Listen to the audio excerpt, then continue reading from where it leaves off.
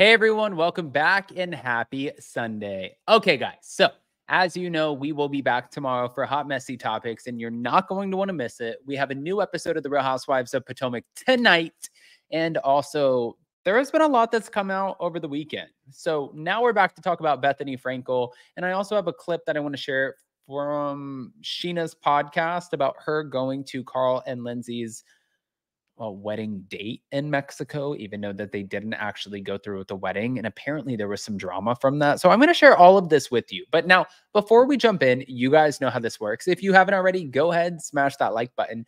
If you're not subscribed, get subscribed. Don't forget to hit that notification bell, and let's get right in.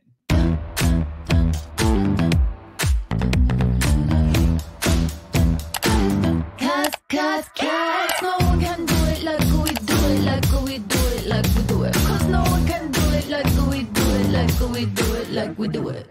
I just always want to dance to that song. Okay, so here we go. Now, this came out on realityt.com, but Bethenny Frankel is describing herself as the Erin Brockovich of reality TV, which is, listen, if you're going to self-proclaim yourself as something, then you better go big. And that's exactly what she did.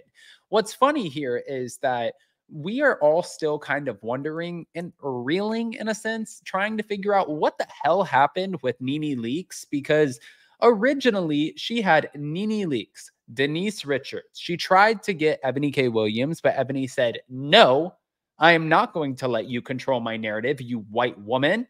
And also Rachel Leviss. Rachel, whatever you want to call her, she is now launching her own podcast, which I can't wait because Lala Kent said that she has some things to say about it. And Lala said she is also going to go rogue on this whole podcast situation. This is going to be amazing. But for this, it's the reality TV reckoning. It is the movement that Bethenny Frankel is leading, and it is the thing that everyone is talking about. A lot of people thought it was going to affect BravoCon, but lo and behold, it absolutely did not. Now, back to it. The reality reckoning is upon us with Bethenny Frankel at the movement's forefront. Reality TV stars deserve fair treatment just as much as anyone else, certainly as much as members of SAG-AFTRA. However, some have questioned if her intentions are pure or if she just enjoys the attention of being the figurehead. And now she's compared herself to Erin Brockovich. And speaking with Brock, this is someone who is representing The Cut. Bethenny said, they're calling me Erin Brockovich. Now, she failed to specify who they were. She also noted how it's taking some courage to carry out her reality reckoning. However, despite the difficulty, Bethenny has seen intense internal growth since burning her bridges with Bravo. I've never had a better relationship with women after leaving the show. That's what's ironic. It's a space of women. But you're not having that many positive experiences because you're fighting for your life. She compared her time in front of the cameras to that of a caged animal. So what a lot of people are not quite understanding here is, and I'm reading the comments, I'm seeing what people are saying. People are like, you built your entire net worth off of this show, off of this platform. You built the Skinny Girl business. You sold it to Jim Beam for over $100 million, the cocktail portion of it. You've continued to build your businesses. And for her, she's saying, nope, wait, hold on, wait a minute, take it back. That is not true. I built that shit on my own, is what Bethenny is saying to the audience. I built that. They built their platform off of the backs of women like me. So she has an argument in this saying that, no, that is not what's going on. And I'm not going to sit here and let you guys tell me how I should feel about this specific situation when I'm the one who filmed, when I'm the one who put myself out there, when I'm the one who put my life out there to be ridiculed, completely torn apart. But then the fans also are sitting back and they're like, nobody forced your hand and a pen to a contract to sign that signature. You did that.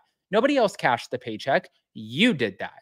Nobody else forced you to say to Luann de Lesseps that is like a Holland tunnel and you should get an easy pass on it. You did that. So you can see both sides because both sides are completely insane And I don't mean insane like crazy. I mean, it's just like it's wild to try to sit there and pick a side. It's like you have the devil and the devil on both shoulders, and you're like, which devil do I listen to? Because they're both wild. Wait, hold on. It keeps going.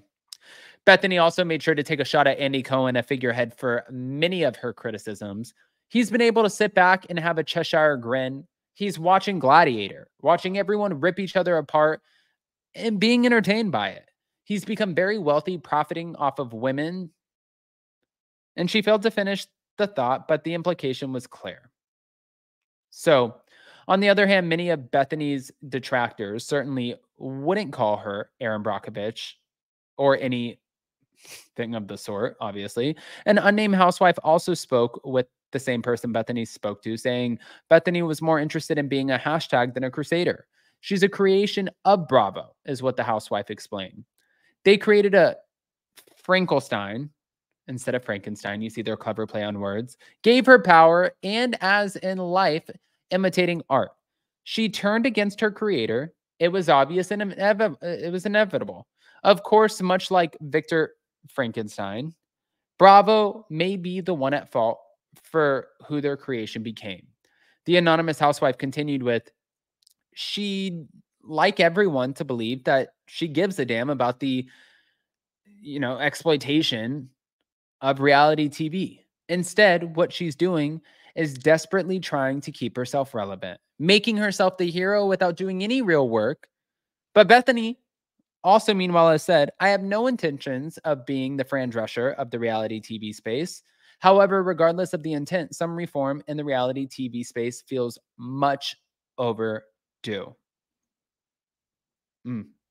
Okay. Again, this is such a divided space. You have so many people who have so many big opinions about this. Some people feel like she is not fit to be leading this. And Bethenny has even said to the people who say that she is not fit to be leading this, if you want to be the one to lead the charge, lead the charge. She also said, I didn't wake up one day and say, I choose this. I choose to be leading this march. But you did. You did because you are, and nobody put your feet to the fire. Nobody made you do this. You want to make the change in reality TV, yet you are no longer on reality TV. So why do you care anymore? Do you just care about the well-being of these people? I think there are a lot of questions here and a lot of questions that fans want answered. But another thing that fans want answered is this weird, awkward beef between Sheena Marie on Vanderpump Rules and also Lindsay Hubbard. I want to share something with you guys. Let's take a listen, because when I say awkward, it is a little bit awkward. Here we go.